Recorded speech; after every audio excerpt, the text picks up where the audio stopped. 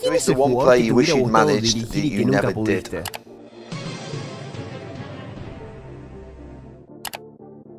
Paul Gascoigne. Without question. Creo que fue el mejor jugador inglés desde Bobby Charlton. Era fantástico. Pero, entre los futbolistas ingleses más brillantes y talentosos de la historia, muchos parecían tener también sus propios defectos. Mal Letizier nunca tuvo la ambición de dejar Southampton, solo quería jugar al fútbol que amaba en un club donde pudiera hacer lo que quisiera. David Beckham fue desviando poco a poco su atención, pasó de ser un jugador que peleaba por un balón de oro a enfocarse cada vez más en sus proyectos y finalmente en su carrera fuera de las canchas. Y Wayne Rooney nunca logró mantener el nivel de estado físico que todos sabíamos que podía alcanzar, y terminó llevando su cuerpo al límite, y eso contribuyó a que se retirara antes de lo que muchos esperaban. Pero desde mediados de los 80 hasta finales de los 90, un jugador que tenía una conexión completamente natural con la pelota. No necesitaba esforzarse demasiado en los entrenamientos ni obsesionarse con mantener su estado físico. Cada vez que pisaba una cancha, ofrecía una auténtica exhibición durante los 90 minutos. Y aunque nunca jugó en un club particularmente exitoso, llegó a ser considerado uno de los mejores creadores de juego de todo el mundo. Su nombre era Paul Gascoigne o Gasa, como lo conocían, y era realmente especial. Hoy en día es justo decir que muchos aficionados al fútbol son bastante escépticos cuando escuchan exageraciones sobre futbolistas ingleses. Después de todo, los medios, los comentaristas y siendo sinceros, incluso creadores de contenido como yo, tenemos la fama de exagerar el potencial y disparar el valor de los jugadores ingleses. Memes sobre eso, incluso se popularizó el término impuesto inglés, pero con Gascoigne era diferente. Pregúntale a cualquiera que lo haya visto jugar en su época o que conozca mínimamente su carrera y todos te van a decir lo mismo. Gasa era cosa seria. De hecho, en el Museo Nacional del Fútbol de Manchester hay una descripción de Gascoigne que dicen que era ampliamente reconocido como el futbolista inglés con mayor talento natural de su generación. Un jugador con un talento prácticamente imposible de defender, capaz de hacer quedar en ridículo a sus rivales. Pero Gascoigne también es conocido tristemente como uno de los grandes futbolistas ingleses más atormentados y llenos de problemas de toda la historia. Por más increíble que fuera dentro de la cancha y por más querido que fuera por los aficionados de Inglaterra, una serie de circunstancias, algunas fuera de su control, pero muchas alimentadas directamente por sus propios demonios y vicios, hicieron que Gascoigne se destruyera poco a poco en su propia carrera. Y lo más triste es que con el tiempo también terminaría destruyéndose a sí mismo. Esta es una foto de Gasa cuando tenía poco más de 20 años y así es como se veía con apenas 40. Así que hoy vamos a descubrir exactamente qué hizo que Paul Gascoigne fuera tan especial como para ser considerado uno de los grandes por su talento futbolístico.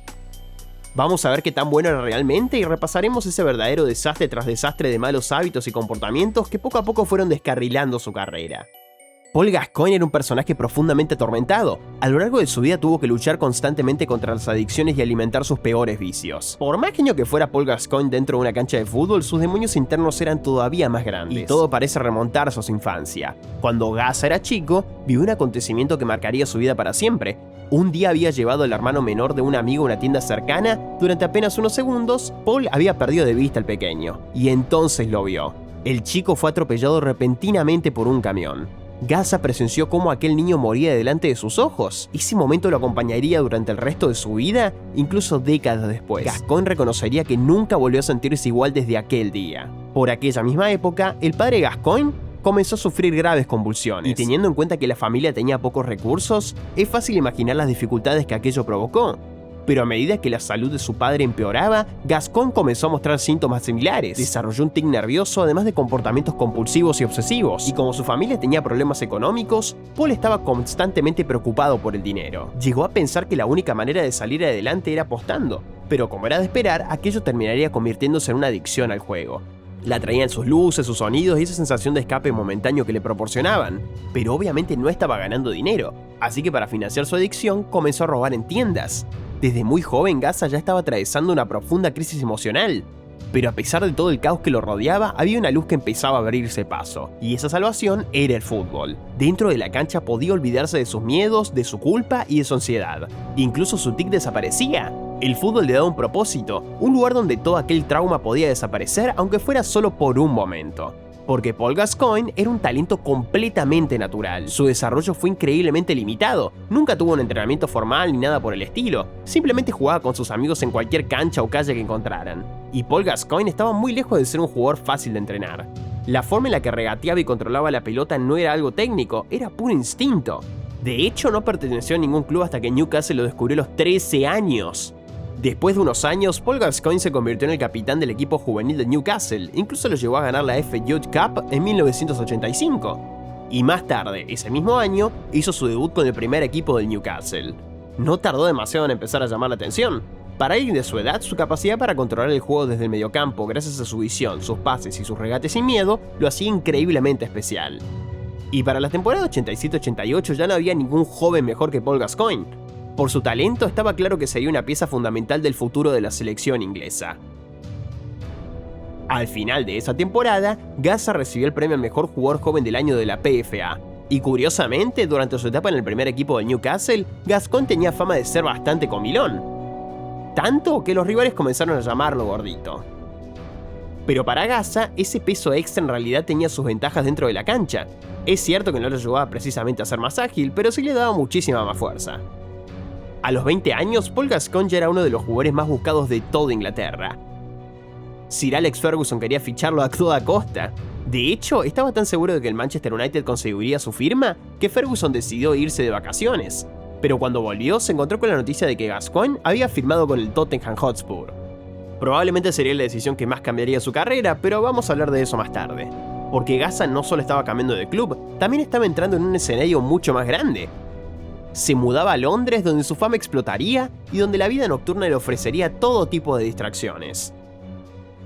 Gazza estaba a punto de entrar en un mundo completamente nuevo, pero fue en Tottenham donde Gascoigne conoció a Gary Lineker, un delantero con la cabeza muy bien puesta y un estilo de vida extremadamente disciplinado. Y fue Lineker quien asumió el papel de mentor, intentó mantener a Gazza por el buen camino, y al menos durante un tiempo, la influencia de Lineker le dio a Gazza cierta estabilidad y lo ayudó a mantener los pies sobre la tierra, aunque fuera temporalmente. La serenidad de Lineker era el complemento perfecto para el talento, la creatividad y el estilo de juego descontrolado de Gazza. Juntos elevaron el nivel del Tottenham. La brillantez impredecible de Gazza complementaba a la perfección la definición clínica de Lineker, pero aunque Lineker aportaba una presencia estabilizadora, los vicios de Gazza nunca desaparecieron realmente. Sus noches de fiestas en Londres se volvieron cada vez más descontroladas, y empezó a entregarse cada vez más a los excesos que venían acompañados de su nueva fama y su creciente fortuna. Por supuesto, Gazza seguía respondiendo dentro de la cancha. Su talento natural seguía siendo increíble, pero Gazza era como una llama que estaba ardiendo demasiado fuerte, porque durante esos breves momentos en los que lograba mantenerse centrado y concentrado en el fútbol, Gazza era simplemente imparable. Hacía que la Premier League pareciera fácil, porque Gazza era el amo del mediocampo. Su control, su visión y su creatividad no tenían comparación en Inglaterra, y la forma en que jugaba era completamente libre, sin límites y sin ningún tipo de restricción. Ahí adentro hacía lo que quería, y lo hacía parecer fácil. Había algo completamente natural en la manera en la que llevaba la pelota hacia adelante, y resultaba sorprendente ver un mediocampista de su tamaño y con textura tener semejante creatividad y capacidad para dar pases. Pero algo que realmente lo hacía especial era su gambeta. No es que utilizaba movimientos complicados ni nada por el estilo. Su secreto estaba en el control cercano de la pelota y en un juego de piernas sorprendentemente rápido, combinado con amagues increíblemente convincentes. Y todo esto era todavía más impresionante teniendo en cuenta su físico, porque jamás esperarías que un jugador de su tamaño tuviera el equilibrio y la agilidad que tenía. Podía cambiar de dirección en un instante, abrir espacios, crear oportunidades para sus compañeros o avanzar él mismo con la pelota. Además, su tamaño le permitía enfrentarse a defensores más grandes utilizando su cuerpo y su fuerza para mantenerlos alejados. Era una combinación realmente única de habilidades y características físicas para un mediocampista, y aunque no marcaba goles constantemente, era capaz de convertir situaciones complicadas en oportunidades claras de gol. Y en el Mundial de Italia 90, el mundo entero sería testigo de ello, porque Gazza sería el corazón y el alma de la selección inglesa en ese Mundial. Sus carreras espectaculares, su control es de otro nivel, y su forma de jugar sin ningún tipo de miedo encendieron por completo a toda una nación. Su capacidad para generar juego fue probablemente la mejor de todo el torneo. Daría asistencias en la fase de grupos, en octavos de final y en cuartos, jugando uno de los mejores torneos de toda su carrera. Gazza era, sin ninguna duda, el corazón del ataque inglés, pero en la semifinal contra Alemania, Gazza recibió una tarjeta amarilla que lo dejaría fuera de la final si Inglaterra conseguía clasificarse. Al darse cuenta de lo que eso significaba, protagonizó una de las imágenes más recordadas de toda su carrera. Rompió en llanto. Esa vulnerabilidad y esa muestra tan pura de emoción fueron las que terminaron convirtiéndolo en un tesoro nacional. Gazza no era simplemente un futbolista, la gente lo veía como una persona compleja, llena de defectos y contradicciones, que casualmente era increíblemente buena jugando al fútbol. Alguien que llevaba el corazón en la mano. Pero a pesar de la derrota de Inglaterra en semifinales y de que aquel mundial había sido la mayor demostración de su increíble talento hasta ese momento, Gazza todavía alcanzaría el punto más alto de su carrera antes de comenzar una caída vertiginosa, porque la temporada siguiente en Tottenham, después del mundial, posiblemente sea la mejor de toda su carrera. Fue una temporada en la que el genio de Gascoigne se volvió completamente innegable. No solo había recibido un enorme impulso de popularidad gracias al mundial, sino que además seguiría impresionando en la primera división inglesa. Controlaba los partidos, marcaba goles y hacía quedar en ridículo a todos sus rivales. Terminó la temporada con 19 goles y 4 asistencias en 37 partidos, llevando al Tottenham hasta la final de la FA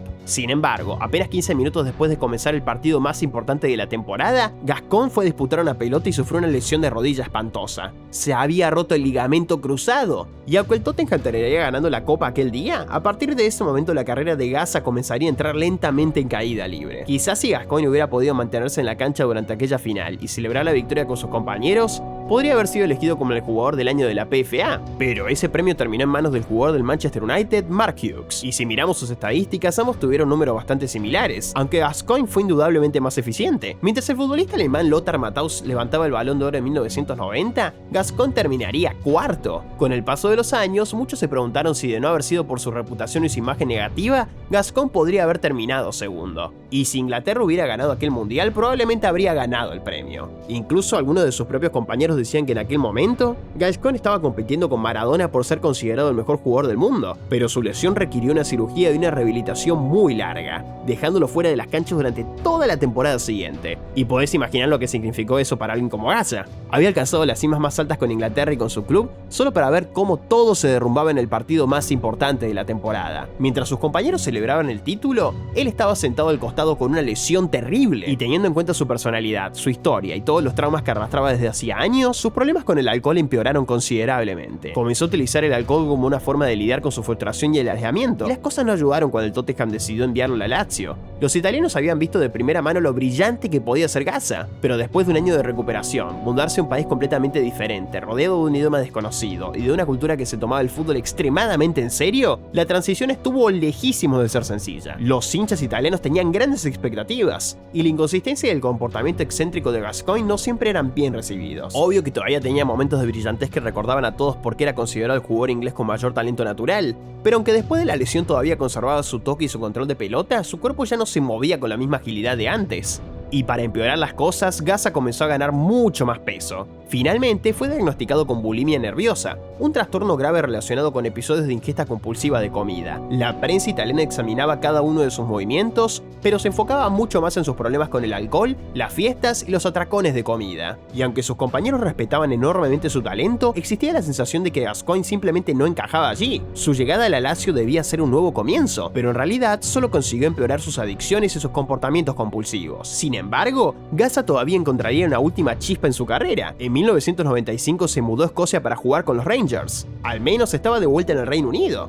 Y el entrenador de los Rangers, Walter Smith, entendía las complejidades de Gazza y hacía todo lo posible para encontrar una manera de adaptarse a un mediocampista tan impredecible. En Escocia, Gazza recuperó la libertad para jugar como quería. Volvió a ese estilo en el que podía expresarse libremente en el mediocampo.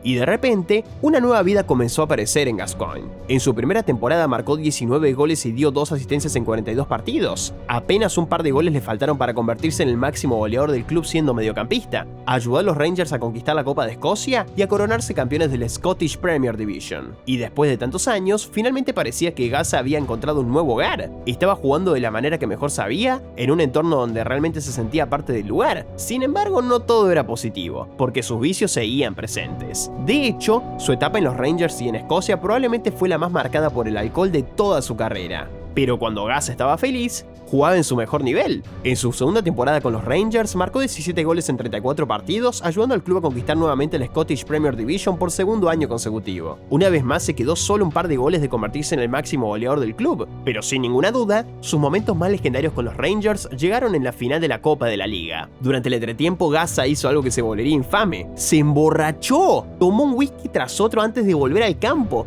y después salió a jugar y marcó 2 goles, ayudando a los Rangers a levantar el título. Según se cuenta, estaba tan borracho que al día siguiente ni siquiera recordaba lo que había pasado.